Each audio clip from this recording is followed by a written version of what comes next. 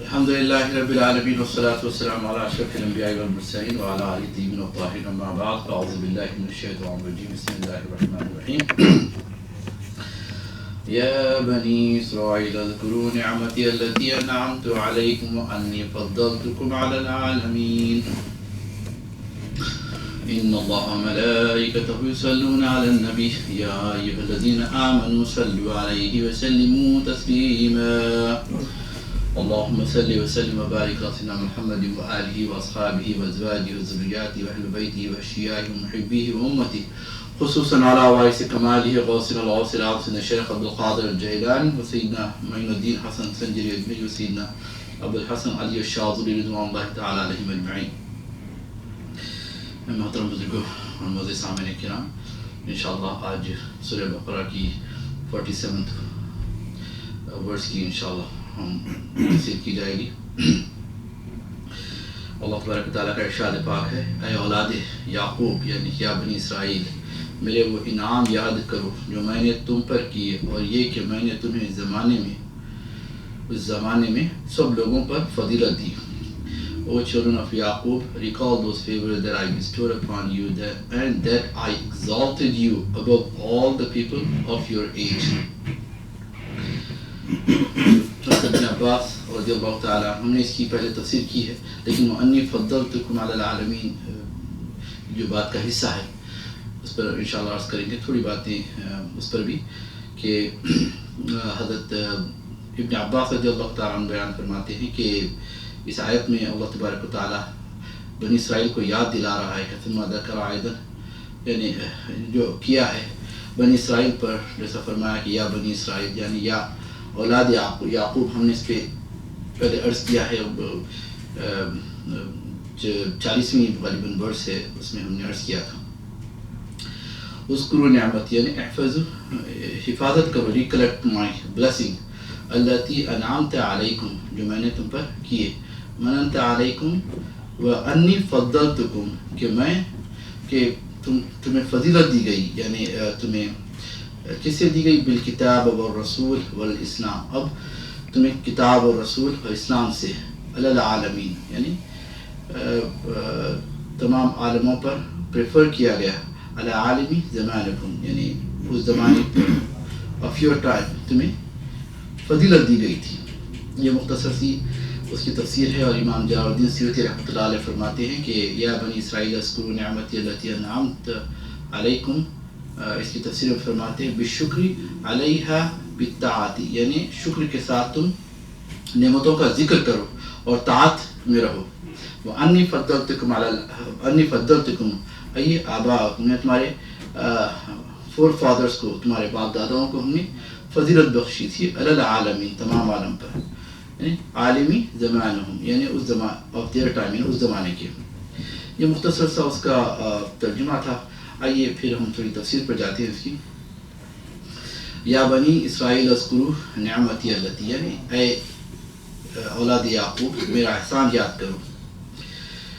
جیسا کہ میں نے عرض کیا کہ پہلے اس کا متعلق ہم نے عرض کیا تھا کہ حضرت موسیٰ علیہ السلام کے طفیل میں اور دوسرے انبیاء کرام کے طفیل میں جو ان کو فضیلت ملی تھی، یعنی ان کو دریا میں راستہ بنایا گیا، ان میں رسولوں کا دور چلا، اور فرعون سے نجات دی، تورات اس کی ان پر اتاری گئی، اللہ اکبر، یعنی ہدایت کے لیے، اور ان کو معاف کیا گیا گوسالہ پرستی سے جو پوجا کیا تھا انہوں نے، اور پھر بادلوں کا سایہ ملنا، من و سلوا کا انشاءاللہ آگے ذکر میں. تو فضیلتیں یعنی اتنی چیزیں ان کو اللہ تبارک و تعالیٰ نے نعمتیں عطا کی کہ جس کا وہ فرما رہا ہے کہ تم کو یاد کرو نعمتوں کو. اگر یاد کرو گے تو تم سمجھ جاؤ گے، کیونکہ جب ہم نعمت کو یاد کرتے ہیں تو ایک تو ایمان میں زیادتی ہوتی ہے، حقائق کا پتہ چلتا ہے کہ ہم کیا تھے، کیا سے کیا ہو گئے.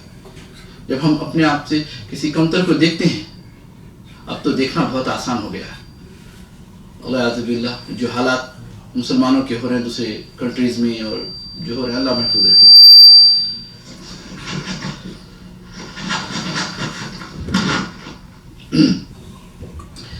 اللہم صلی علی سیدنا محمد و علی سیدنا.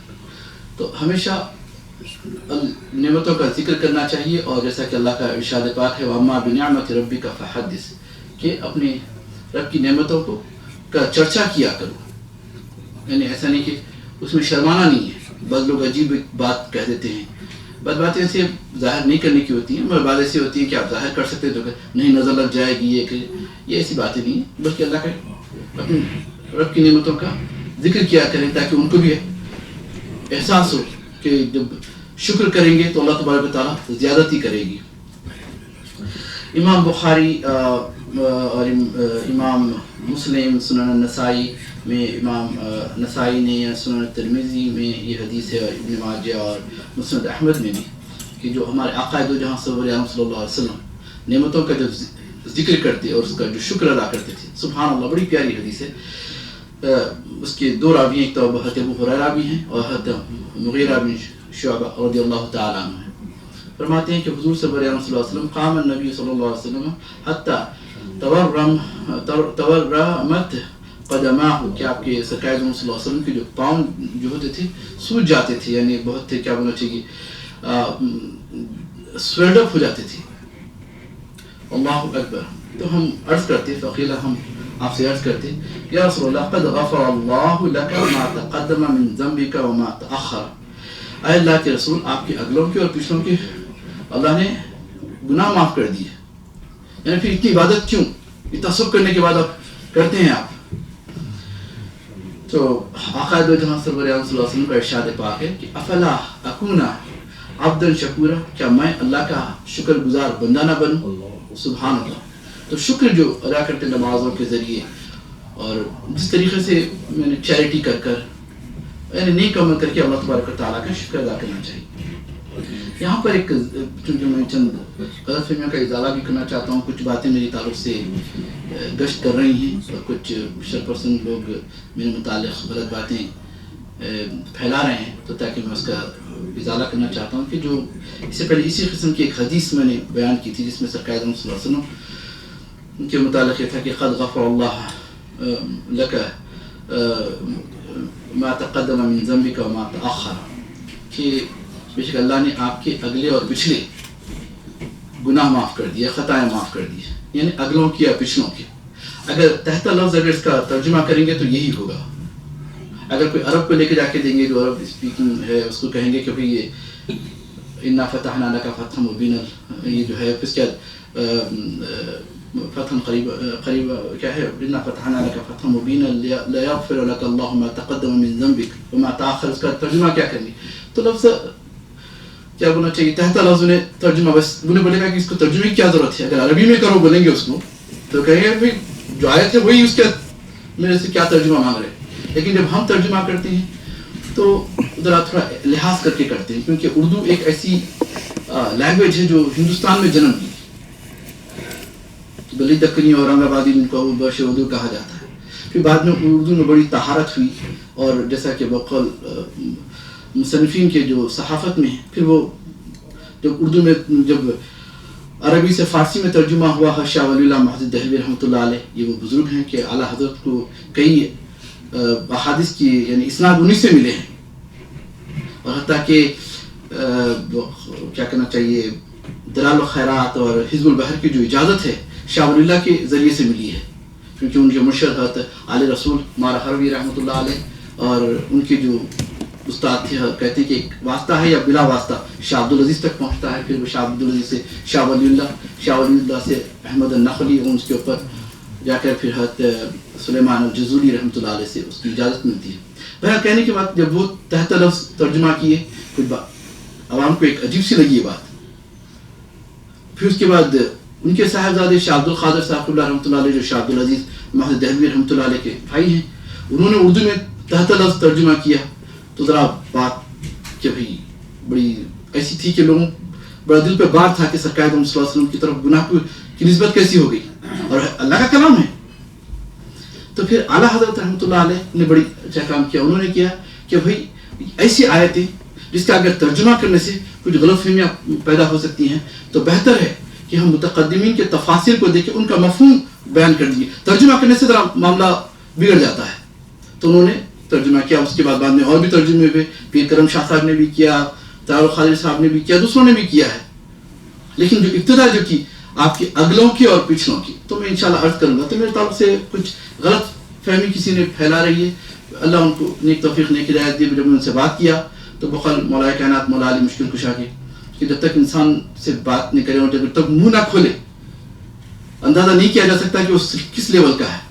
منہ کھلتے ہی پتہ چل جاتا ہے کس مقام کا ہے. تو بہرحال سرکار دو صلی اللہ علیہ وسلم کی بارگاہ میں ادنا سی گستاخی بھی کفر ہے, اس میں کسی کا اختلاف نہیں ہے. آقا دو جہاں سرور عالم صلی اللہ علیہ وسلم کے متعلق اللہ تبارک و تعالیٰ ارشاد فرماتا ہے یا ایھا الذین آمنوا لا تقولوا راعنا قولوا انظرنا واسمعوا. یعنی اے ایمان والو, نبی کریم صلی اللہ علیہ وسلم کی طرف کو اپنی طرف متوجہ کرنے کے لیے راعنا مت کہو, بلکہ یہ کہا کرو حضور ہم پر نظر کرم فرمائیے, ہماری بات سنیے. کیونکہ صحابہ کرام سرکار صلی اللہ علیہ وسلم کے پاس آتے اور عرض کرتے رائنا یا رسول اللہ, اس کے معنی رعایت کیجیے یا رسول اللہ. اس میں یہ تھا کہ صحابہ بعض ایسے ہوتے تھے کہ سرکار کو پکڑ لیتے تھے اور سرکار سب کو انٹرٹین کرتے, ان کی مسائل کا حل فرماتے. کوئی صحابی آ کے عرض کرتے یا رسول اللہ, آخر میں کہتے رائنا یا رسول اللہ, سرکار رعایت ہماری بھی فرمائیے. تو سرکار صلی اللہ تعالیٰ علیہ وسلم ان پر نظر فرماتے. لیکن حضرت سعید بن معاذ رضی اللہ تعالیٰ جو صحابی رسول جو ہبرو جانتے تھے, عبرانی زبان جانتے تھے, اس نے اس کے معنی خراب تھے. خراب یعنی چرواہے کے بعضوں نے کہا چرواہوں کے معنی. تو ان کو بڑا جلایا کہ اب یہ لوگ آتے سرکار کے پاس تو تھوڑا کھینچ کے بولتے را استغفر اللہ رائنا یا رسول اللہ, استغفر اللہ اس کے معنی اے میرے چرواہے کے معنی کچھ آتے تھے. اور ان کی نیتوں کو یہ جان گئے. حضرت سعید بن معاذ بڑا جلال میں آیا کہ بولا اللہ کی لعنت ہو تم پر, اور وہ دل میں جلال لے کر سرکار کی بارگاہ میں آئے. یہ آیت کریمہ نازل ہوئی یا ایھا الذین آمنوا لا تقولوا راعنا, یہ نہیں کرا بلکہ نظر عنایت فرمائیے. کیا عرض کرنا کہ انظرنا یعنی نظر کرم کرنا. پتہ چلا کہ حضور صلی اللہ علیہ وسلم کی طرف اگر ہم آج بھی کہیں یا رسول اللہ انظرنا تو ان کی نظر ہماری طرف ہو جائے گی انشاءاللہ. یہ آیت بتا رہی. بس یہ ہے کہ اپنے آپ کو حضور کی بارگاہ میں متوجہ کرے, دو کان ذرا دھر کر سن لے میرا افسانہ. سبحان اللہ. بہرحال یہ آیت ہے. تو اگر اس میں مولانا احمد اللہ خان صاحب رحمۃ اللہ علیہ فرماتے ہیں کہ ایسے لفظ جن کے معنی دو آتے ہوں اور جس میں سے ایک معنی گستاخی کے ہوں اور وہ عمدن استعمال کیے جائیں تو وہ کفر ہے حضور صلی اللہ علیہ وسلم کی بارگاہ میں. اور اس میں علامہ ارشد وغیرہ نے بھی جب اعلیٰ حضرت رحمۃ اللہ علیہ نے اشرف علی صاحب تھانوی کو کفر کا فتویٰ دیا اس بنا پر کہ ان کی جو حفظ الایمان ہے صفحہ نمبر 15 پہ انہوں نے لکھا تھا کہ آپ کی ذات مقدسہ پر علم غیب کا حکم کیا جانا اگر بقول زید صحیح ہے تو دریافت طلب امر یہ ہے کہ اس غیب سے مراد بعض غیب ہے یا کل غیب. اگر بعض غیب یا مراد ہے تو اس میں حضوری کی کیا تخصیص, ان کی کیا خصوصیت ہے. یعنی ایسے تو ایسا غیب تو زید و عمر بلکہ ہر صبی و مجنون بلکہ جميع حیوانات و بہائم کو حاصل ہے. یہ جملہ بڑا خطرناک تھا. تو اب انہوں نے کفر کا فتویٰ دیا تو اشرف علی صاحب تھانوی نے بسط البنان غالباً اس کے جواب میں دیا کہ بھئی اس میں میرا مقصد ہی نہیں تھا, وہ تم نے لیا مقصد. اور اگر ایک مقام پہ انہوں نے یہ کہا کہ اگر احمد اللہ خان مجھے کفر کا فتویٰ نہیں دیتے تو وہ خود کافر ہو جاتے, کیونکہ انہوں نے جو مطلب لیا ان کو ضروری تھا لیکن اس کا جواب یہ ہے. خیر بہرحال انہوں نے اس کو تسلیم نہیں کیا. آدمی مباحثے ہوتے ہیں تو جو معنی آ جاتے ہیں. تو میں نے جو عرض کیا تھا میں اپنا ایک ذرا موقف بیان کر رہا ہوں, میرا اپنا موقف نہیں, وہ جو ہمارے پریڈیسیسرز کا یعنی متقدمین کا ہے. ایک حال ہی میں کچھ میرے ساتھ باتیں ہوئی تھی, کچھ اپنی باتیں کر رہا ہوں آج. تو کسی نے میرے پاس ایک شعر بھیجا اعلیٰ حضرت کا, کر کے تمہارے گناہ مانگے تمہاری پناہ تم کہو دامن میں آ تم پہ کروڑوں. یہ کچھ سال پہلے کی بات ہے. بڑے عالم دین اور اچھے اپنے سنی عقیدے کی, انہوں نے اس کا ذکر کیا کہ دیکھیے کر کے تمہارے گناہ, نبی کی طرف گناہ کی نسبت اعلیٰ حضرت نے کیسا کر دی, یہ تو کلمہ کفر ہو گیا. اور وہ ذرا جلال میں بھی آ گیا. میں بیٹھا تھا, میں نے سمجھایا کہ دیکھیے آپ نے کیا کر کے, اگر میں پاشا مجھ سے کہے کہ اگر میں آپ سے کہوں آپ کے گناہ کر گیا میں تو کیا بات, یعنی جو آپ کرے تھے گناہ وہ اب میں نے کیا, یعنی we are the same boat, نعوذ باللہ. یہ معنی آ سکتے ہیں. تو خیر انہوں پھر یہی خلوص اللہ کی, پھر میں نے اچھی دیر تک بحث ہوئی. میں نے کیا اس میں معنی یہ ہے, ہم اگر ترجمہ کریں گے تو نعوذ باللہ غلط ہو جائے گا, لیکن ہم مفہوم کو سمجھنا. اعلیٰ حضرت کبھی خواب میں بھی یہ نہیں سوچ سکتی, وہ نبی پاک کا غلام ہے, اپنی جان دے دے گا مگر آنچ آنے نہیں دے گا. اللہ اکبر. وہ کیسی بات کہہ سکتے ہیں؟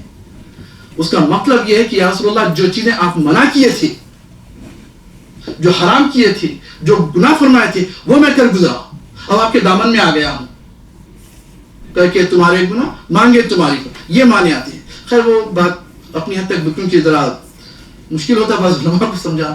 اسی طرح ایک شعر تھا آپ کا, حال میں کسی دیوبندی صاحب تھے, انہوں نے مجھے بجایا کہ اس کے متعلق کیا کہتے ہیں.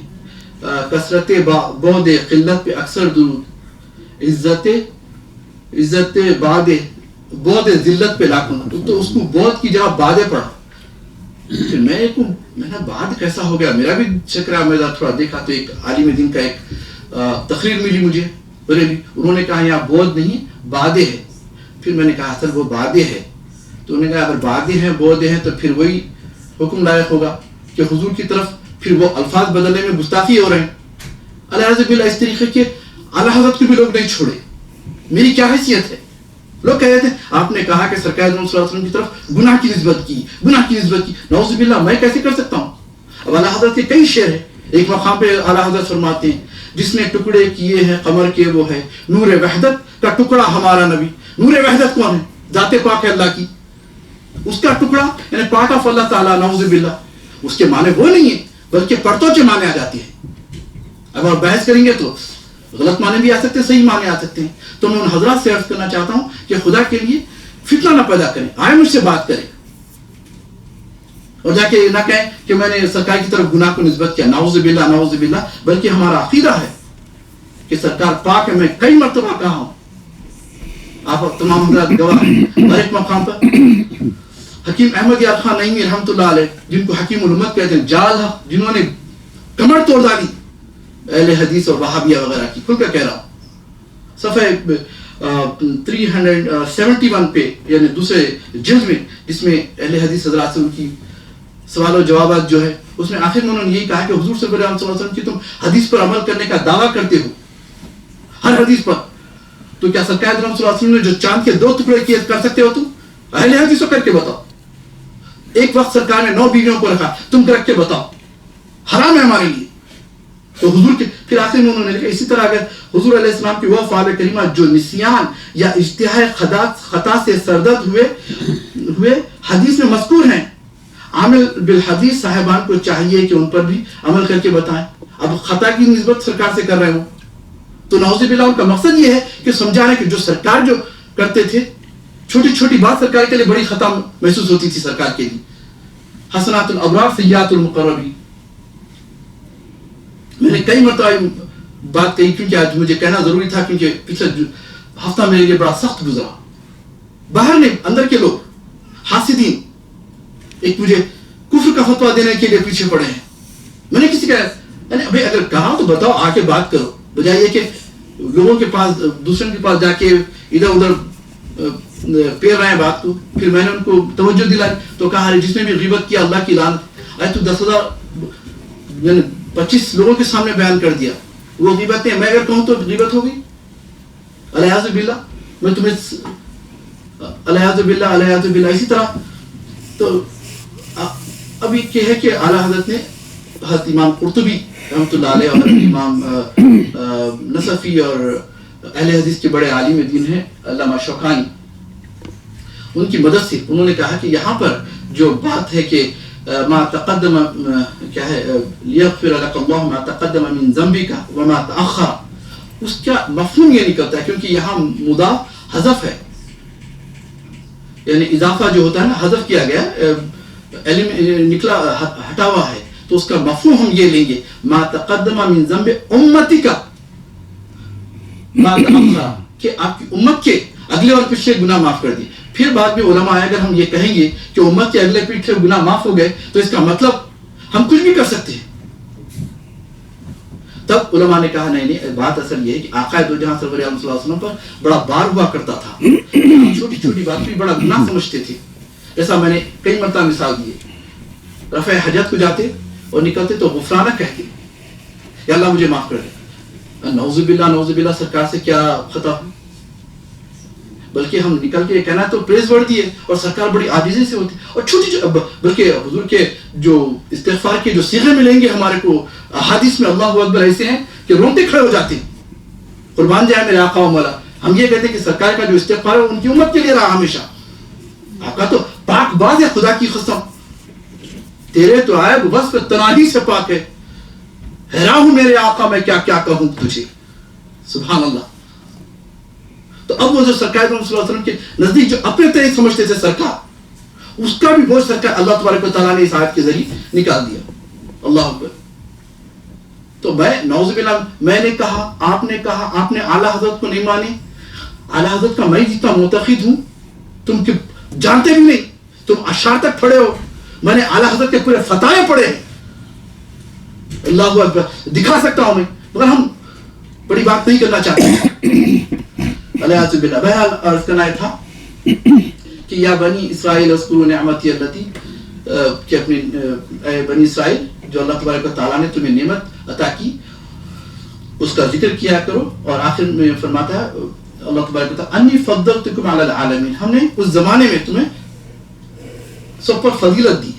تو یہ فضیلت تو جب تک رہی، جب سرکار صلی اللہ علیہ وسلم کا زمانہ آ گیا اب ان کی فضیلت سب سے آگے ہے، بلکہ خیر امت ہوگی سرکار صلی اللہ علیہ وسلم کی، وہ فضیلت سے بھی آگے ہے. جیسا ہمارے رسول اللہ صلی اللہ علیہ وسلم خیر خلق اللہ ہے. سبحان اللہ. یہ فضیلت سے بھی آگے کا مقام ہے. ان کی امت بھی ان کے صدقے میں خیر امت ہے. اور اس کا کنڈیشن کیا ہے امت کا؟ کنتم خیر امت اخرجت للناس، کہ تم بہترین امت ہو. اللہ فرماتا ہے سورہ آل عمران کی آیت ہے 110. تم بہترین امت ہو جو سب لوگوں کی رہنمائی کے لیے ظاہر کی گئی. ہمارا کام کیا ہے؟ رہنمائی کرنا، گائیڈنس کرنا لوگوں کو. اور کنڈیشن کیا ہے؟ تأمرون بالمعروف وتنہون عن المنکر، کہ ہم اچھے باتوں کی طرف لوگوں کو لے کے جاتے ہیں اور برائیوں سے روکتے ہیں. یہ ہماری ذات میں ہونا چاہیے. یہ نہیں کہ کفر کے فتوے لگا کے مسلمانوں کو اسلام سے نکالیں. اللہ اکبر. آج ہم مسلمان چلتا ہے تو کوئی کہہ سکتے ہیں کہ یہ مسلمان ہے؟ اللہ الیاذ باللہ الیاذ باللہ الا ماشاء اللہ. ہمارے کردار اتنے گر چکے ہیں کہ ہم اپنے آپ کو خیر امت کیسے کہیں. لیکن اللہ تعالیٰ نے کنڈیشن کے ساتھ کہا تم خیر امت، تم بہترین امت ہو. کیوں؟ کہ تم اچھی باتوں کی طرف لے جاتے ہو، حکم دیتے ہو اور برائیوں سے روکتے ہو، خود بھی رکتے ہو اور لوگوں کو بھی رکواتے ہو. یہ شان مسلمان کی ہوتی ہے. الیاذ باللہ. ہمیں گناہوں سے اللہ تعالیٰ محفوظ رکھے. یا اللہ ہمیں ہر گناہ سے معاف کر دے. دوران تفسیر اگر کوئی جائے یا رب العالمین، یا اللہ تو اپنے ذمہ کرم پر لے کر معاف فرما دے ہر مسلمان کو. یا اللہ ہر مومن کو یا رب العالمین جو تیرا کلمہ پڑھتے ہیں، تیرے حبیب پاک کی رسالت کی گواہی دیتے ہیں یا رب العالمین، ان سب کے گناہوں کو معاف فرما دے جو آپ کی نظر میں ہو یا ان کی اپنی نظروں میں ہو یا مخلوق کی نظروں میں ہو. یا اللہ اپنے ذمہ کرم پر لے کر معاف فرما دے. یا اللہ یا رحمان یا رحیم. سبحانک اللہم بحمدک اشہد ان لا الہ الا انت سبحانک ونتوب الیک. وصلی اللہ تعالی علی خیر خلقہ سیدنا مولانا محمد وآلہ واصحابہ اجمعین. وما علینا الا البلاغ.